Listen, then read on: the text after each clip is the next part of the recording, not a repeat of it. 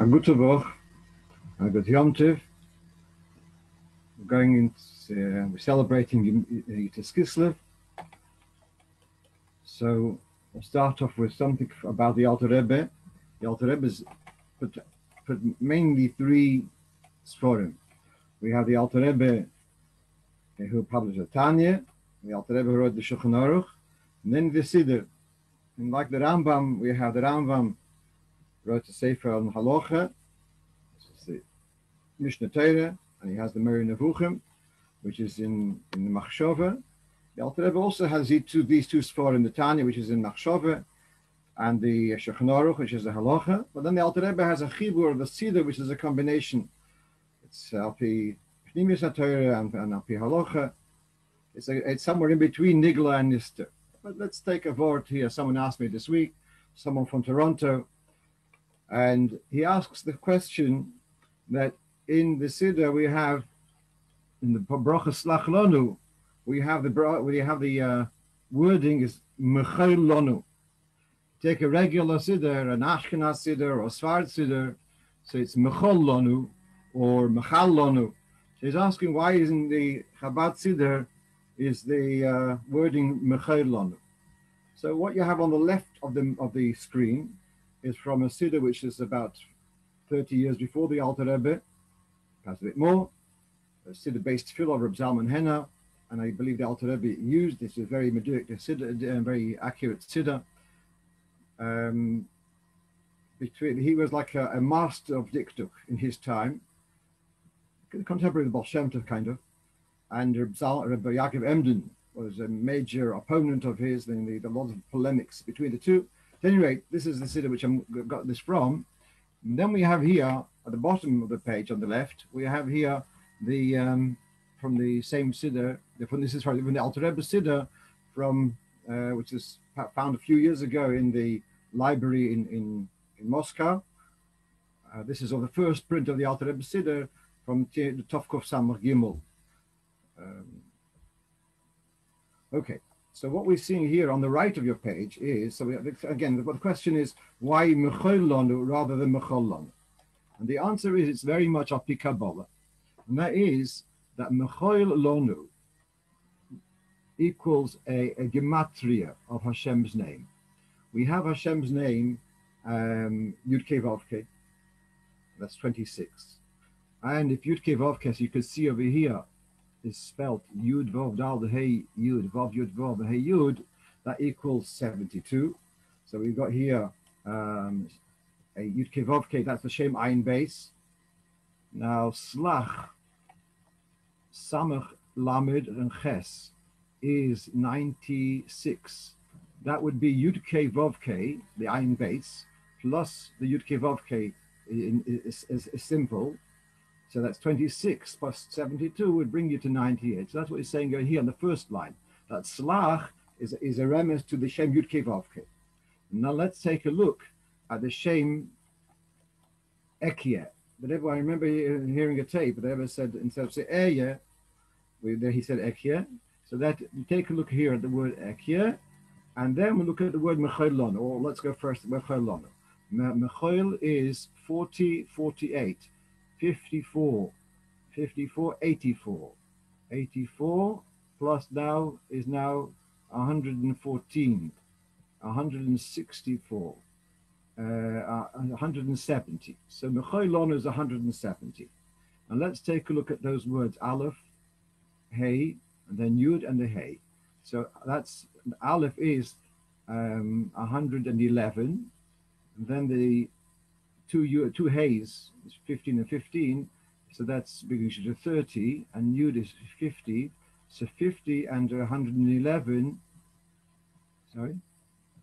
Yud is 20, and Hey is 50, that's 50, 50 and 100, so that brings you to 161. Then count the letters. Aleph, Lamed, Pei, Hey, Yud. Hey, Yud. Yud, Vav, Dalet, Hey, Yud. So you've got here, in the Shem, you've got 10 letters. So the gematria of these four words is 161. Then there's actually 10 letters, that brings it to 171. So that is the parallel of Mechol Lonu, which is 170, Imakol is 771. Basically, what we have here is clearly a Kabbalah, intervention. That we want to have here in this Slach Lonu, we want to have a remes to the Shem Yudke Vovke and the Shem Eye, and therefore we will have Mechol Lonu rather than Mechol Lonu. And so that's to bring out to share with us that the gematria. That's the purpose of this spelling. Why is the Shem Eya got to do with Kapora? That I looked around and didn't find clearly. Possibly you have the idea when Hashem says to Moshe, Eya, Asher Eya, I will be with them in moments of difficulty. So then that possibly relates to the concept of Kapora. I want to just bring in another thing, since we're talking about words in diuk in the davening, and this is something which I notice many people slip up. Goimel chasorin tovim koine hakoil. The vov is not missing by mistake. The vov of the koine, which, as you can see in the previous quote over here from the Zalman Henna Siddur, the koine, that's in standard Nusach Ashkenaz is the koine, and I think Nusach Sfard also, and yet we have here koine. The Kabbalah here is that the word v'koine or koine is a remes to one of the 13 attributes of Rachamim, of Hashem's mercy and compassion, the last one being v'nake. So in the back of the Shulchan Aruch, Chelik Chaim, or Chelik Aleph of Chaim, there's a whole page of comments on the Nusach HaTfilah from the Vilna Gaon. And there, he says it should be dafke v'koine, because he doesn't want to take the vov, as in koine. The vov here is a vowel. It's not, you don't hear it. It's not a consonant. Therefore, the Gra doesn't want to count that into the remes of v'nake. The Alter Rebbe doesn't follow that. The Alter Rebbe says a vov, which is also just a vowel, can also make up the remozim. And therefore, the vov of koine, the vowel vov of koine, makes it correspond to v'nake. That's fine, and that's the same thing which is done over here. The mechol lonu is taken the vov of mechol, and this is not the Alter Rebbe, this is really from the Arizal. The vov of mechol makes up the gematria of 170, so it's okay to use the vovs, the vowel letters, to make up the gematria when necessary al pi Kabbalah. Okay, that's just a word on the behind the curtains of the Siddur. Let's take a look what someone's asking. Someone's asking, it's worrying that we change bits of tefillah to alter the correct Hebrew to fit in with the gematrias. Okay, yeah, if it would be a massive intervention, okay, it's a very minor intervention. And I was looking this week, Saturday, you have something, I pointed here in the title of this thing. That line over there is called a makaf. That is when you have two words which are joining together. That's not in the Sefer Torah, but in Dikdut you have this makaf which joins two words together, and it will take the vowel. So really the original word is mechol, but when there is a kind of a shortening of it's the shortening of the space, mecholonu, the makaf then it takes away the oi and diminishes it to o.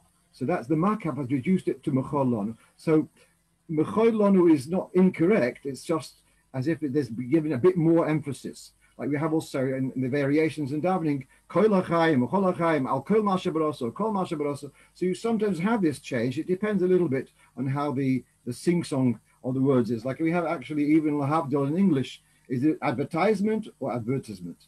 It can be the same word, and it's in different dialects. It's going to be the emphasis slightly different. So here the dialect which has been chosen here is to conform to the Kabbalah. Okay, let's go on to something which is halacha l'maisa. Tonight we switch to the Saint Talmud Livracha, and many people ask the question. It's one of the only things in our calendar which we follow the civil calendar rather than the calendar which is the Jewish calendar. So the reason for switching to start asking for rain is obviously got to do with the need for rain, and the need for rain goes according to the seasons. The sun, the cycle of the sun has got 4 quarters. You've got the solstices, where you got the longest day, the shortest day, and then you've got the equinoxes, which is where the day and night are equal. And these are called in Hebrew, they're called the Tukufos, the 4 Tukufos. So you've got Tukufas Oviv, Tukufas, then you've got Tukufas Tammuz, Tukufas Tishrei, which is the, I think it's called the vernal equinox. And then we've got Tukufas Tevis, which is, I think it's called the, I'm perhaps mixing up. Then you've got ways going into the depth of winter. The rule for switch over for Saint Halocho is 60 days from Tukufas Tishrei. In other words, from the equinox around Yom Kippur time, around Sukkot time, from that equinox, 60 days hence, that would be the time to switch over. Now, you might start looking at the calendar, look at when the equinox was, and say it doesn't actually fit for tonight, which is the 6th of December. The explanation for this is, actually, if you look at a sefer from 200 years ago, you'll see it's talking about the 4th of December or 5th of December, and it keeps on creeping later and later. The reason for this is because the actual cycle of a year is 365 days, and how's it go? It's something about whether it's a full 6 hours or just a little bit less than 6 hours. And because of that slight inaccuracy, that's what's called the Tkufa of Shmuel, as distinct from Rav Ado or the astronomical one, there's a slight margin where the calendar which we're following is a little bit longer, and that how you say discrepancy has accumulated over the years, and therefore the beginning of Tkufa of saying Saint Halocho has become gradually later and later in the winter. Someone made a calculation that if that in 40,000 years we'll be saying the Saint Halocho Erev Pesach. Where's Hashem? Okay. This follows Bovel, obviously. We can manage with rain much earlier. We do get rain much earlier, but everywhere outside Eretz Yisrael just follows Bovel. And that's what also interesting, that even the southern hemisphere also follow Minhag Bovel regardless. Let's move on.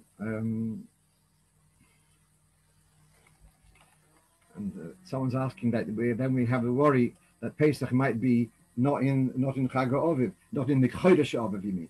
Yeah, that is a concern, and that we'd better have the Geula Shlema and Sanhedrin coming back to sort out these discrepancies. Right, let's move on. Someone asks, this is a shaila because of the lockdowns, people are asking the shaila about lighting a menorah in a studio to be broadcast on national media. May you say the Brochos as normal. So I want to address this.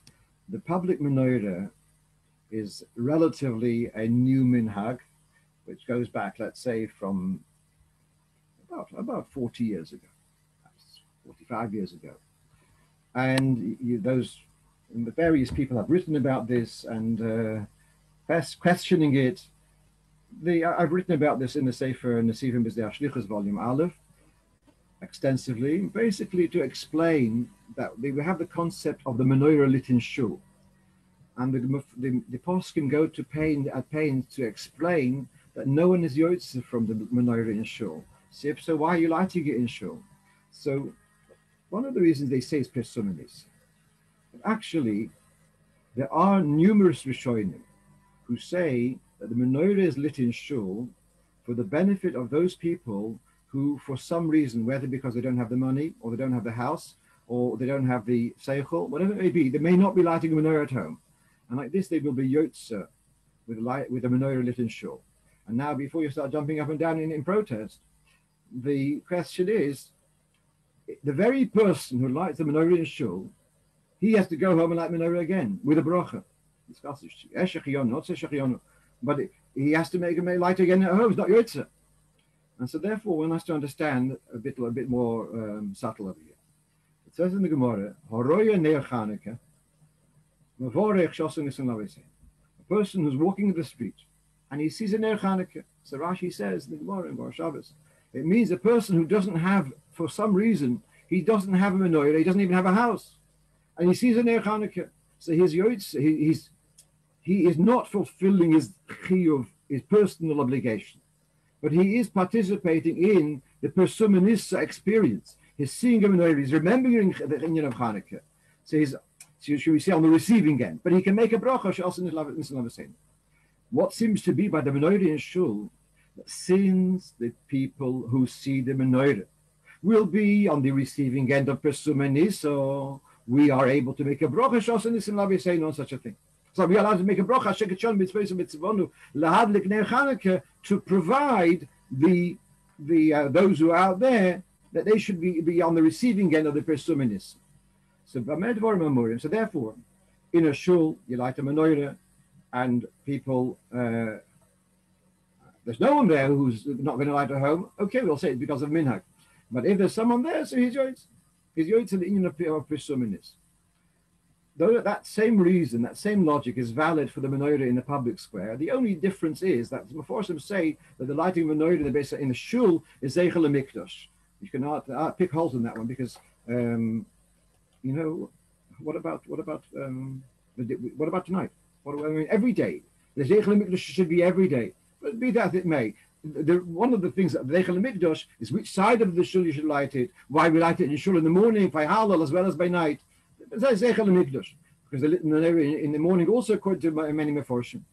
But basically the menorah in public spaces has got the precedent is this, the menorah which is lit in shul, and that is for the very same logic, because there are people out there who are going to see the menorah, and they will be exposed to the experience of persumanissa. Therefore, we can make a bracha.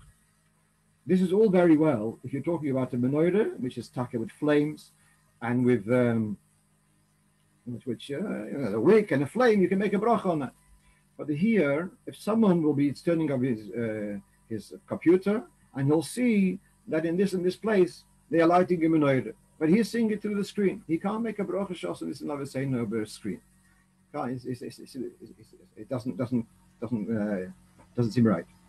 And as a result, the person is making menorah. So I've told people, if you want to make a thing on Zoom, light menorah at home or in your shul, if you have a shul, and light menorah there and put that on the screen. But in a studio where there are no other people there, so the only exposure is via the media. So make a bracha without Hashem's name. Baruch atah Hashem Elokeinu melech haolam. The chazonis is okay. You can say it with chazonis. Don't deprive the chazonim of their broadcasting, their how do you say, but no, a bracha shouldn't be made in a studio. So now I want to let's look at another thing.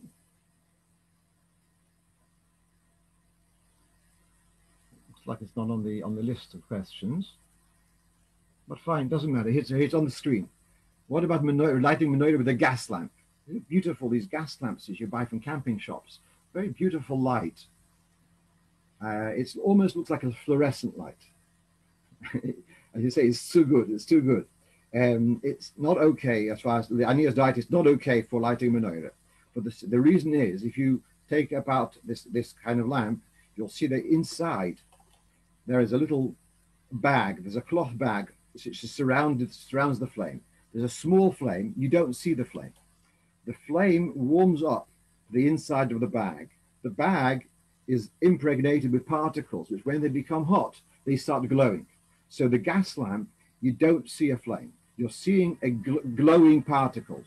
And that doesn't count for lighting the menorah. And therefore, that's not valid, although it would have been very convenient, but it's not valid for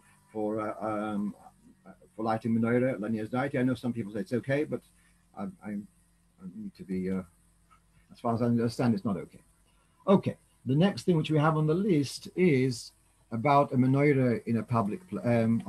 So someone's lit menorah in his own salon, in his dining room with his family, and then he's got his front of his house is onto the street.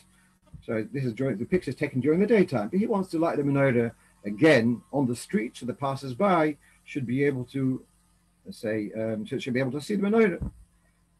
Very nice. So he asked me that if that's okay. So I said, actually, if you first light the menorah outside, you fulfilled your mitzvah. And there's no point of saying a brocho again when you go inside. In other words, the original mitzvah was to light al pesach besim b'chutz, to light menorah outside. If you've lit your menorah in your front yard, so you've done the mitzvah as it was in the original mitzvah, and there's no justification for you to go back into your dining room and light menorah again. On the other hand, if you first light menorah inside, so you've done the menorah for yourself.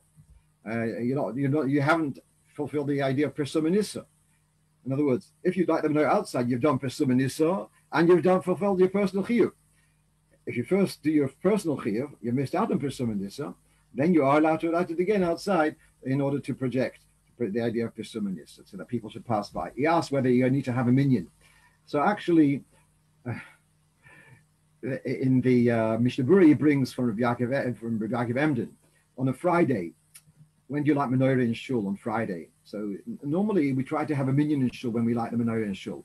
But when it's Friday, let's say, especially if we have mincha early or whatever, so there may not be necessarily 10 people in shul at the time, and it's getting close to Shabbos, and so he says light the menorah without 10 people. It's not crucial to have 10 people when you light the menorah for a public menorah, so long because people will be passing by, they'll come later, so it's not crucial to have a minyan. It's preferable, but it's not crucial to have a minyan when you light the menorah. So he'll light the menorah outside. Because of COVID, he won't make a special time for people to gather, but people will pass by, Eden and Havdil Nicht Eden, and that's okay. You could make a brocho on that. Okay, let's move on.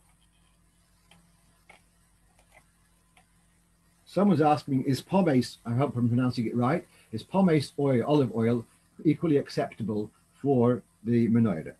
So I want to say very simple that we're talking now clearly in the area of hidur mitzvah, because you can light the menorah with wax candles, you can light menorah with paraffin, whatever it may be. You can light with various fuels, but there's a preference to use olive oil because that was it was used in the Beis Hamikdash. So we have here a Mishnah. This is a Mishnah in Brochos. There's 3 types of olives, and each one produces 3 types of olive oil.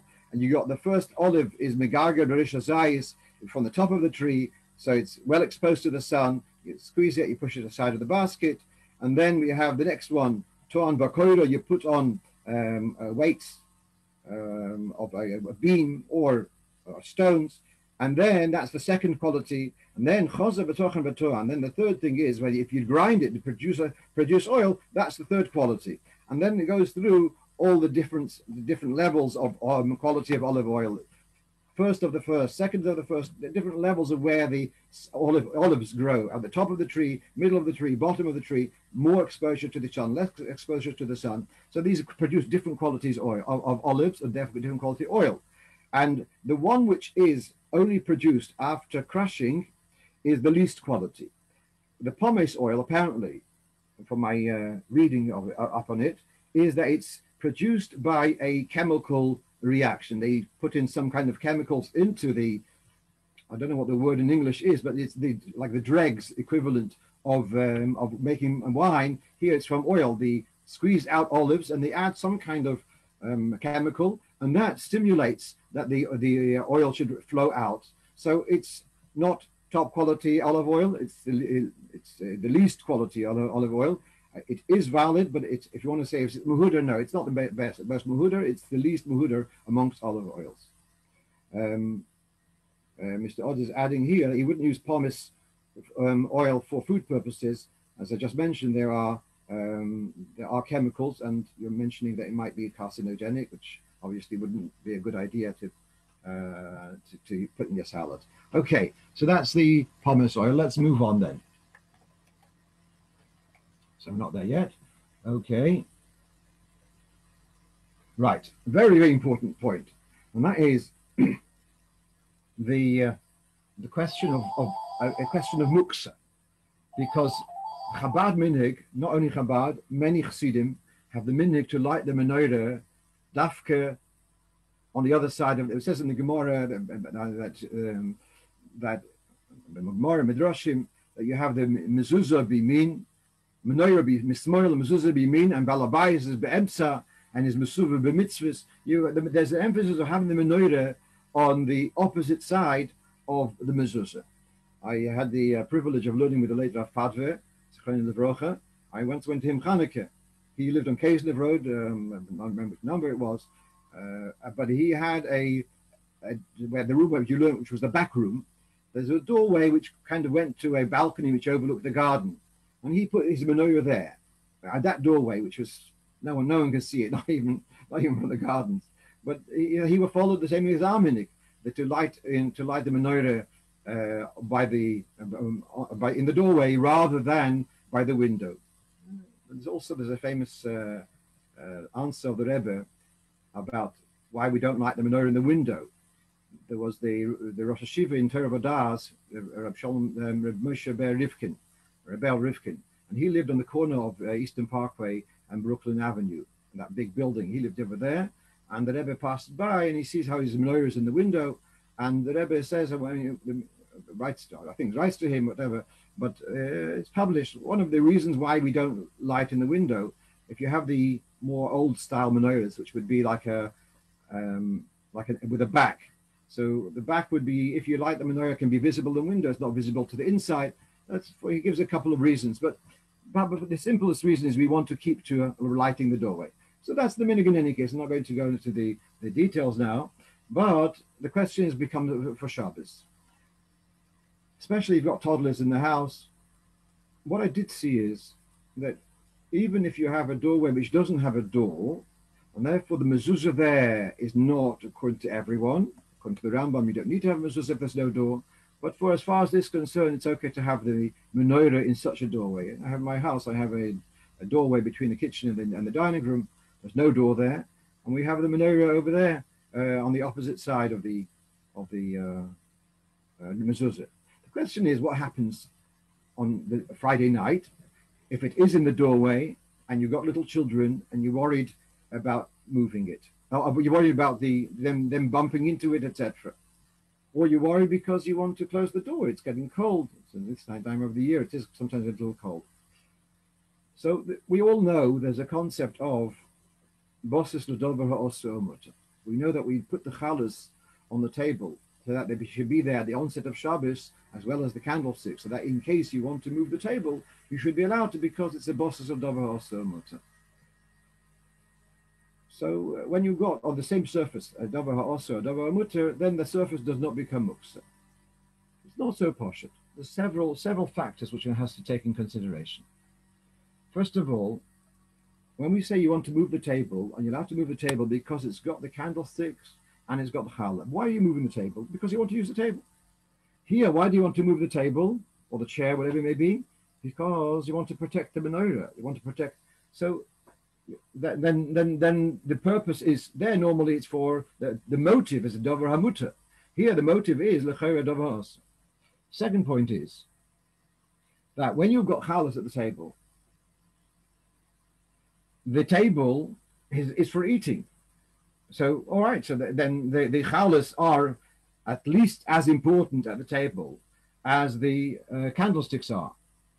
But here you've got a little table just for the menorah. The fact that you put a little challah, that no one's going to eat at that little table. They're not going to eat the challah at the table. So that doesn't really become a dominant factor or to counterbalance the menorah. Now the next thing is that when we talk about bosses davar ha'osu muter, what's important is that the davar hamuter has to be of equal or greater value. Value doesn't necessarily mean money.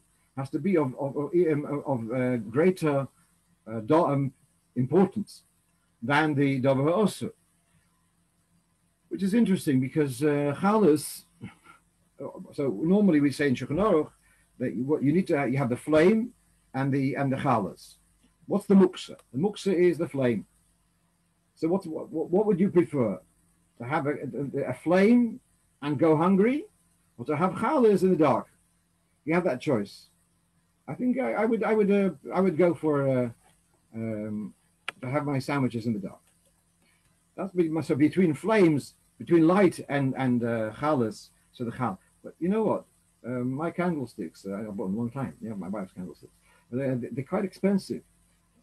I think if it's $700, I think I'd skip supper for $700 or $1,000. So I'm looking now, instead of looking at the flames, the candlesticks, which are looking in Shulchan Aruch, they were simple things, clay candlesticks or whatever. They weren't expensive, delicate items.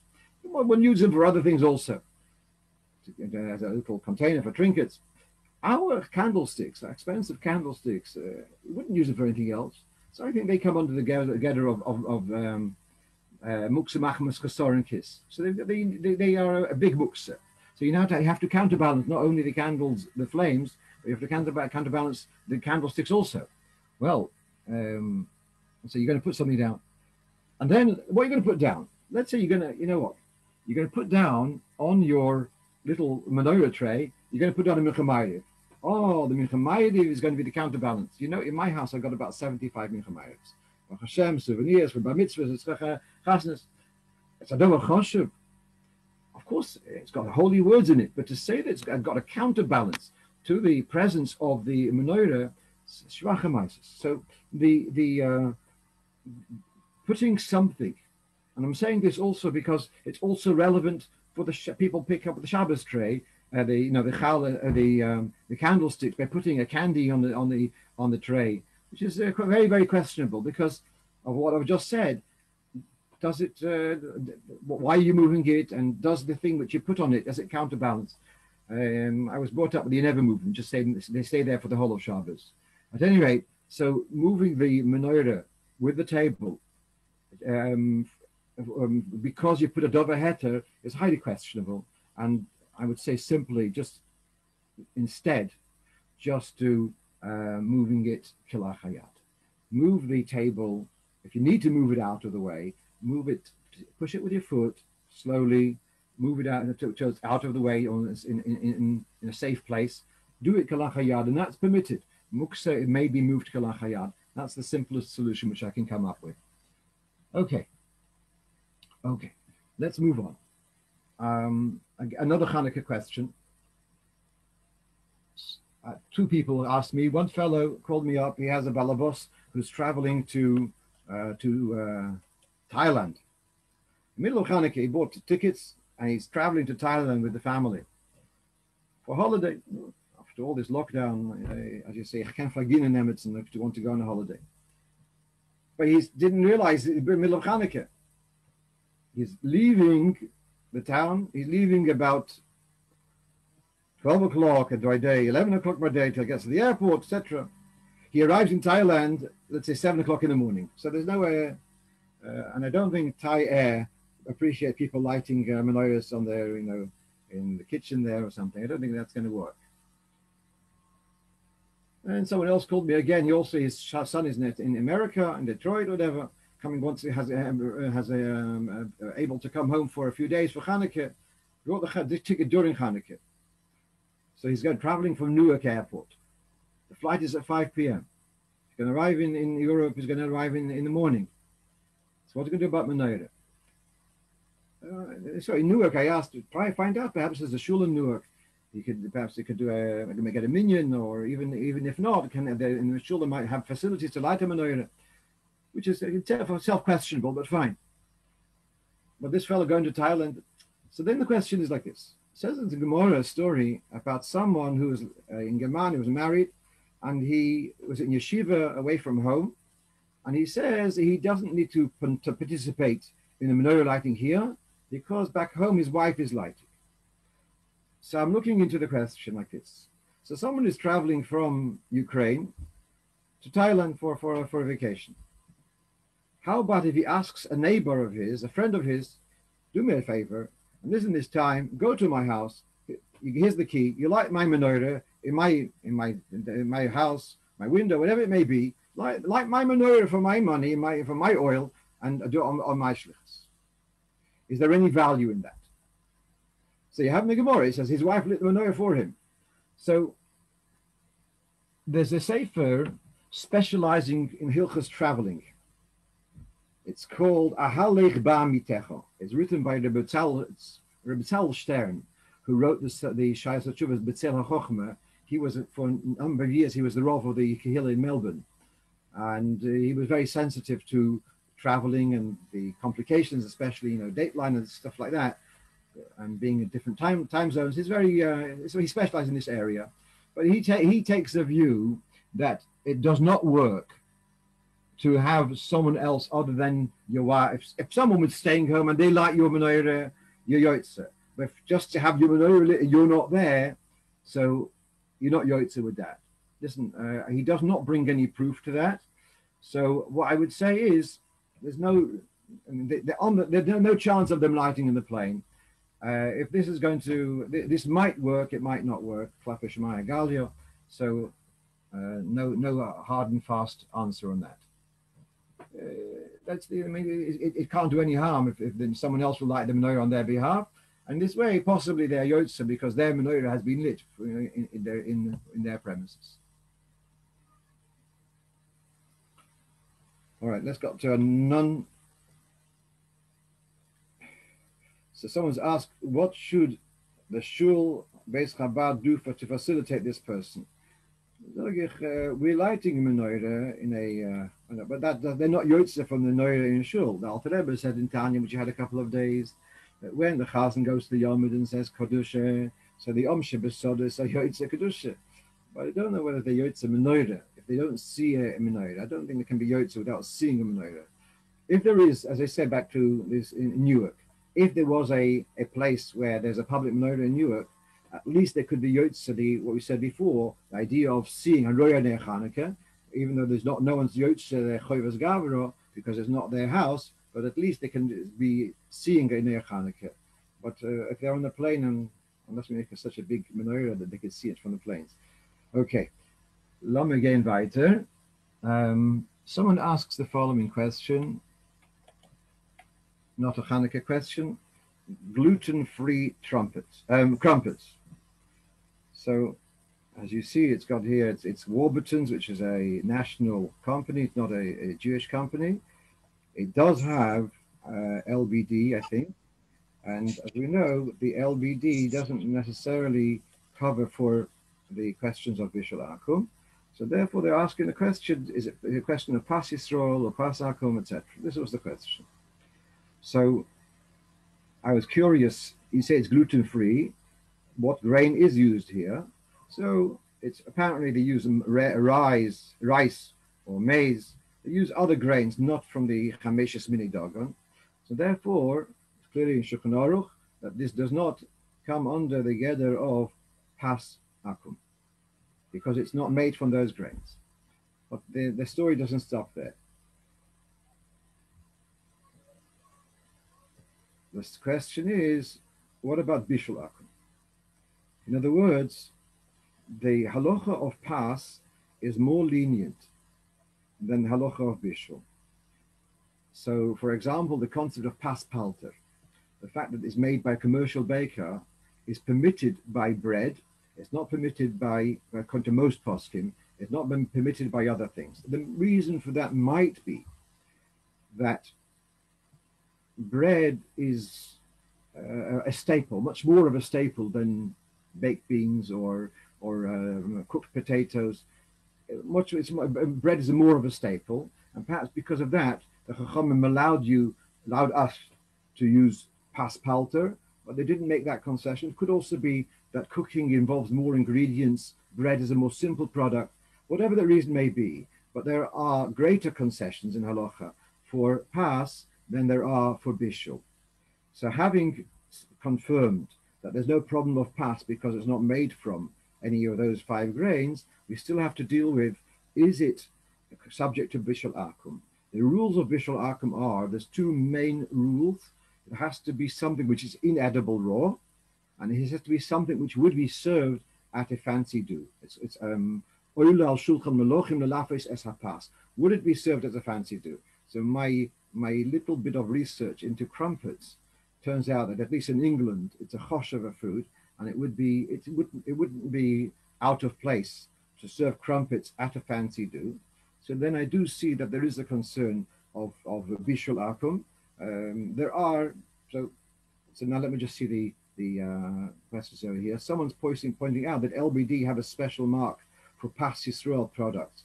Well, they wouldn't have to mark this. Doesn't need to be Pas Yisrael, but I want to know whether it's called Bishul Yisrael, and that's where I have a problem with this. Okay, the next question is coming back to Chanukah. Is asking, would electric lights work for Chanukah? Unfortunately, no, because this is going back to the base Yitzchok, who lived in the Rov in Lodge before the war. He talks about electricity. The Chanukah has to be a wick and an oil and a consumption of that form. Electricity is a different type of flame. Electricity is a friction type of fire. It doesn't resemble the Menorah Hamikdash. So electric lights, again, for a zeicher, it's a nice zeicher, but it doesn't work. So Reb Gershon's asking, toast in the crumpet, does that help? Unfortunately, I don't think so, because once it's already become roila achila, the fact that you take it afterwards and toast it is not going to undo. Once it's kind of been qualified as a bishul akum, toasting it later is not going to undo that. So, yeah. So I don't have a satisfactory heter for this product. Let's move on. Someone asked me a totally different question, nothing to do with Chanukah, and that is about may cat litter be switched on Shabbos? So if you have a cat, so now there's a litter, which is where the cat will relieve itself, and then if it's made to absorb the bad smells. But let's say you only realize on Shabbos there's a bad smell. So I would say it is muksa. Cat litter is muksa. But then we have this famous klal, the Godel Kovid Abrius, that a Kovid Abrius, respect for human life, for human dignity, overrides the Isur Rabbanon. So if the presence of the cat litter is offensive to our presence, so we would be allowed to empty it and, if necessary, refill, because otherwise the cat won't, might decide to leave something somewhere else. And therefore, I would remain that l'chatchila, no, not to do it on Shabbos, switch it before Shabbos.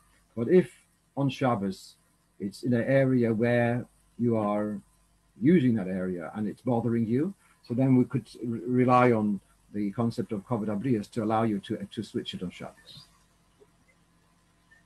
Let's go on to the next question, and that was, I'm switching the order. Point 11 was sweeping. A couple of days, last year, 2 shiurim back, we spoke about sweeping and about a broom. That is, sweeping outside is forbidden because you might fill in the cracks. Sweeping indoors is permitted. So then someone's asking, what about if I have an internal tiled floor with this grout? Is there are like slight grooves? Is that a problem? So this is from the Aruch HaShulchan, so from Sim Shin Lamed Zayin. It's quoted in the Shmone Esrei Kilchosa, and he's saying that what we say, Mendel not in here, sorry. Okay. Says the Ramo. So the Ramo in Simashin Lamed Zayin says the meaning is that it's allowed to do sweeping indoors. We do allow sweeping the floors indoors because our floors are merutzuf. The word rotzuf, which ritzpo is used for a floor, and rotzuf means consecutive. If you have all the floorboards one after the other consecutive, that's a proper floor. Therefore, one cannot make a gezerah. One should not say, "Oh, don't sweep a floor indoors. Perhaps you'll have a floor indoors which doesn't have a proper floor." And then he says,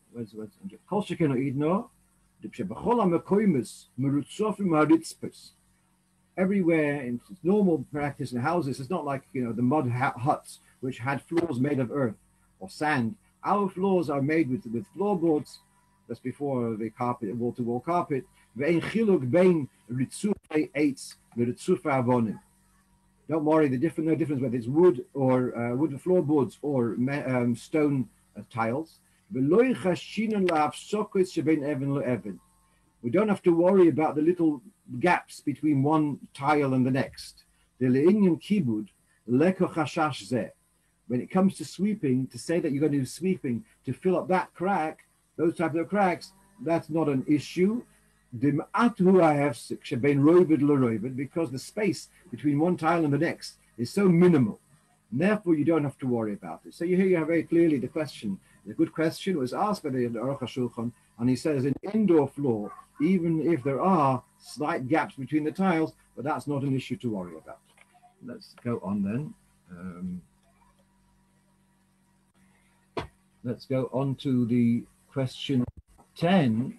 We're going to the slightly wrong order, about is there a worry of coloration, of coloring, when it comes to using a tea bag. So I was brought up that you prepare tea essence before Shabbos, and you have a little chinik, you have a little kettle. We had actually a ceramic one which sat on top of the urn, and that was prepared before Shabbos. So I just follow minig avoisai and prepare tea essence before Shabbos. But I know many people don't do that, and they rely on using a kli shlishi. And then someone's asking about the coloring of the bag, and so you can have coloring from tea. It can be a fruit tea, so it's a more colorful, more attractive color. Is that an issue? So here, what we have in front of you on the screen is from the Alter Rebbe's Shulchan Aruch. It's from Siman Shein base, and it's in the Kuntras Achron, and he's saying here the following: the dover she'ein derech ha'olam letzoyve oi ein boi mishum tzoyveya u'muter lechatchila. A rag which people don't normally color, don't dye it to change its color, is not a worry of wiping your hands and coloring it. Let's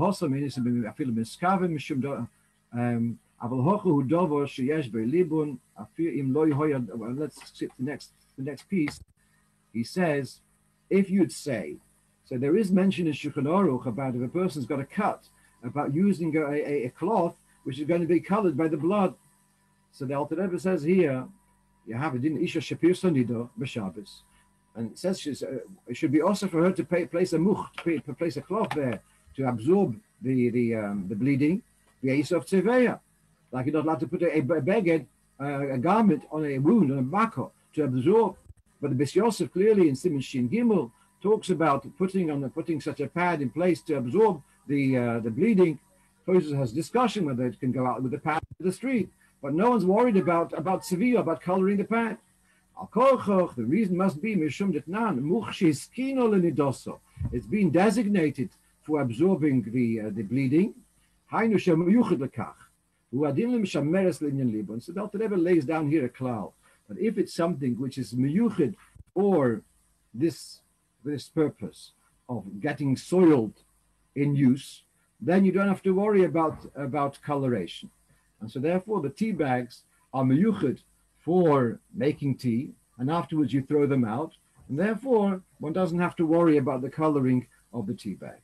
That's what I managed to find so far. Okay, let's go on to the next question, which is a child born bein hashmoshes. A child is born, the word bein hashmoshes in English is translated twilight.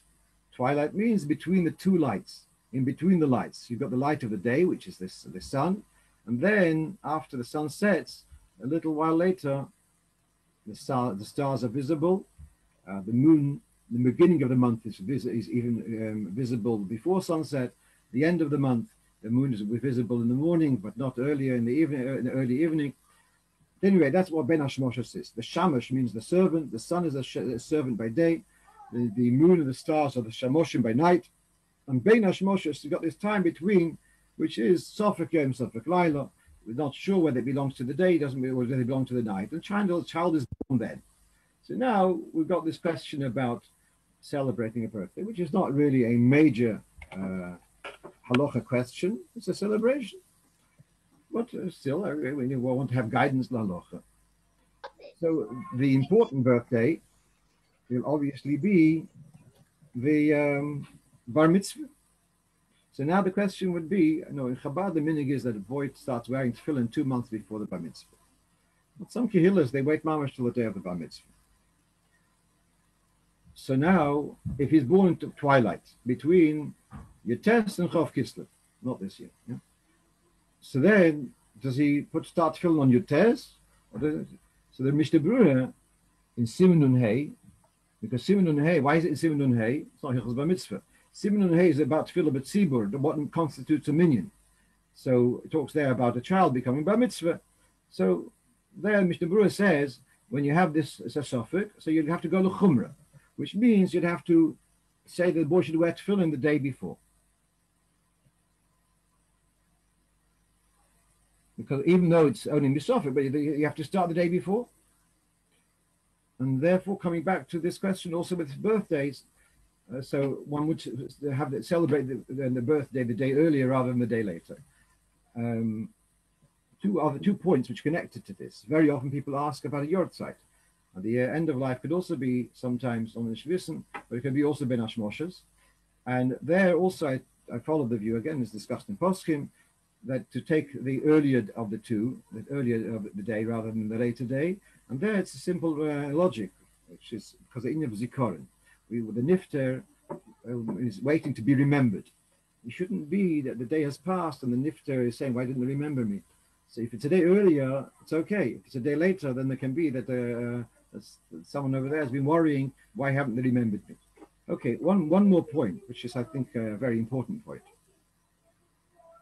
The moment of birth. So they tell you in the hospital the baby was born on this and this time. What exactly is called birth? They're saying when they're not sure exactly how they define. But halacha, once the baby has put his head out of the cervix, is that Yatzer is already called born. Some poskim want to say, even if the cervix is so dilated that you can see the head, might also be considered already in Noilad. Now that makes a massive difference. If a baby is born, let's say on Friday evening, even let's say 10 minutes after Ben, I'm throwing numbers, yeah, shortly after Ben Hashmoshes. You say it was born after Ben Hashmoshes, when you born Shabbos, you have to make Shabbos bris. Before you rush to do that, consider perhaps the baby was considered born a little bit earlier, 10 minutes earlier, perhaps 15 minutes earlier. So although the report is saying the baby was born 10 minutes after Ben Hashmoshes, it might be la halacha the baby was actually considered to have been born earlier, and that would mean the baby was born on Friday or Chash Friday, and then you might be very similar to Torah, making the bris on Shabbos. So therefore, I wouldn't rush to paskin on such a thing.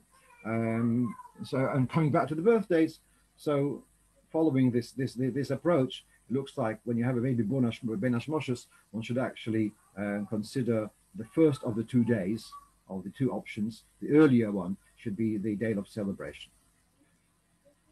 Let's go for our last question which we have today, and that is coming back to we discussed last week about the minhag of adding water to the wine, mezigas hayayin. So apparently Rabbi Zelikson had spoken about this, and he sent me where his quote was from. So this is a sikha from Tofshin Lamed Zayin, as you can see, and it's talking about the Rebbe's Ha'oros and the Zohar, as the Rebbe would be discussing the regular Farbrengens, the notes of his father, Rabbi Leivik, on the Zohar, 2 volumes of Rov of Yitzchok, and they would speak about them, and that's how he was Mekai in the Inyan of Kibbutz Av. And so it talks about the Zohar of Loi Lo and Loi as in Aleph, and Loi with a Vav, and Lo. And then he says, so I'm just going to focus on the piece which is relevant to us now. The Noch is do der Inyan from Vayovei Lo Yain Vayesh. So that's last week's Sedra. Yaakov brings the wine to Yitzchok and to drink. And the Zohar says that this has got to do with Inyan of Zoh. And it says in the Zohar that Yaakov brought the wine already blended. It was already blended with water. And it wasn't wine which was chai, which was raw, neat. Because yain mozik, wine which is diluted, has got the mile, has got the advantage over wine which is neat. As we see in the halachos of Kiddush, that there's an advantage of using diluted wine. And this is the inyan of yain mozuk, the wine which is being blended with water, is the idea of tiferes. So you've got a combination of chesed and gevura, and comes together is inyan of tiferes. These to the minyan from gevuras mumatokes, of the inyan of gevura, which has been sweetened and been tempered, etc. So the Rebbe spoke about this, but as I mentioned last week, what we could see, I mean, someone wanted to suggest that the bit of wine which is left in the cup, because you rinse the cup.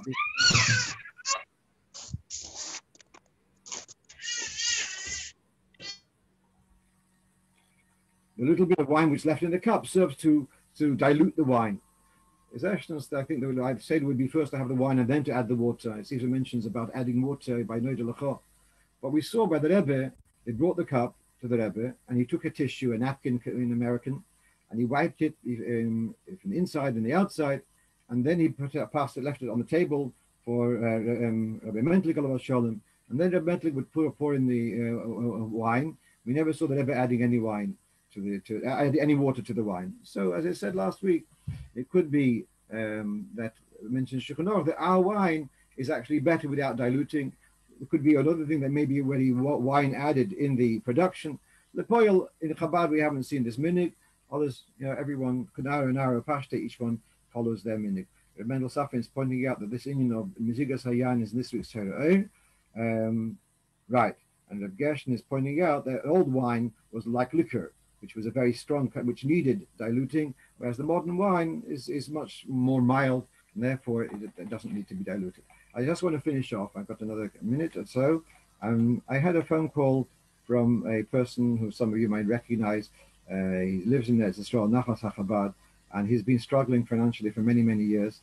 He's been here several times, come Purim time, other times of the year, and he's been served a notice of eviction of his house in Nachlas HaChabad. He's just pleading to help him out. So anyone who does want to contribute to help him. So you have Rebbe Kesselman, who lives on Elm Park Avenue, number 8 Elm Park Avenue, or Shmuel Chaim. They are in contact with him, and they would any money which be given to them, they will send on to help him to relieve him from his current predicament. And wish you all a Shana Tova, B'Toyas Chassidus, B'Limud Chassidus, Gasev V'Chasemu, Chassidus Yidden, and have Chassidus Shanachas from our children and from our families, and a little bit from ourselves also, and the Rebbe's of uns haben Nachas. And so I wish you all Svaduyas Peilos. We now in half an hour is starting the Inspire conference, and Bez Hashem will hear from the Shluchim in Oslo and in Helsinki and in Copenhagen. So this year we have the Scandinavian taste for our Farbrengen, and I'm sure everyone will find it very inspiring. So I'm going to leave you time to Oiston die Levushim, Onton Yenen Levushim. So a gute Woche allemen, and a guten Yom Tov. Shkoyach. Yom Tov. Shkoyach, gute Woche. Shkoyach, good Yom Tov. Thank you very much. Shkoyach.